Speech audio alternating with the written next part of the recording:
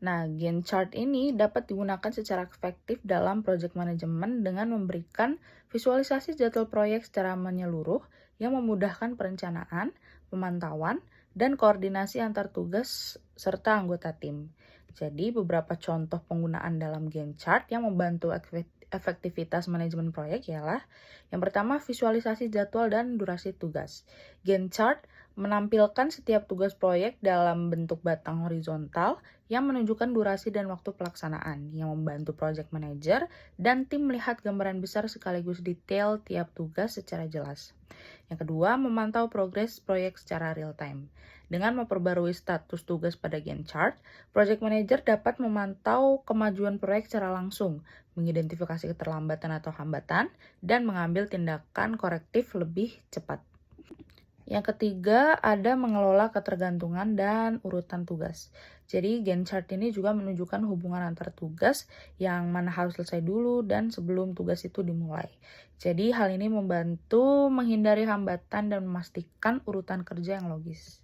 Terdapat juga fungsinya sebagai memudahkan koordinasi dan komunikasi tim.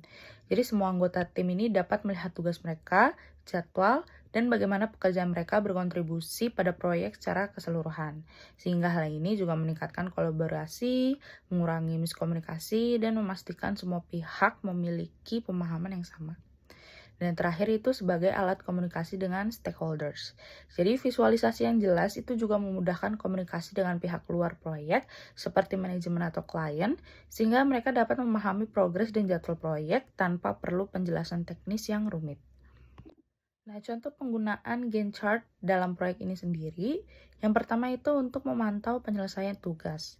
Dalam proyek konstruksi, project manager dapat menandai setiap milestone atau penyelesaian tugas di Gantt chart. Maka dapat segera diketahui dan dilakukan penyesuaian jadwal atau penambahan sumber daya. Selanjutnya, terdapat koordinasi tim yang multidisiplin. Jadi, dalam contoh, setiap proyek dalam IT yang melibatkan developer, designer, dan tester, Gantt chart itu juga membantu setiap tim melihat kapan mereka mulai dan selesai, serta kapan harus menyerahkan hasil ke tim berikutnya, sehingga menghindari tumpang tindih pekerjaan dan memperlancar alur kerja. Yang ketiga itu ada identifikasi risiko jadwal. Project manager dapat menggunakan Gantt chart untuk mengidentifikasi tugas yang berpotensi menjadi bottleneck. Misalnya, jika ada tugas yang sangat panjang dan kritis, bisa dilakukan crashing atau penambahan sumber daya untuk mempercepat penyelesaiannya. Dan yang terakhir, itu bisa digunakan sebagai presentasi progres terhadap manajemen. Jadi dengan Gantt chart, project manager juga dapat menunjukkan status proyek secara visual kepada manajemen atau klien, menunjukkan tugas yang sudah selesai, yang sedang berjalan, dan yang tertunda, sehingga komunikasi menjadi lebih transparan dan efektif. Jadi secara kesimpulan, Gantt chart ini adalah alat yang sangat efektif dalam project management karena membantu visualisasi jadwal, pemantauan progres, pengelolaan ketergantungan tugas, serta meningkatkan komunikasi dan koordinasi dalam tim dan juga stakeholders.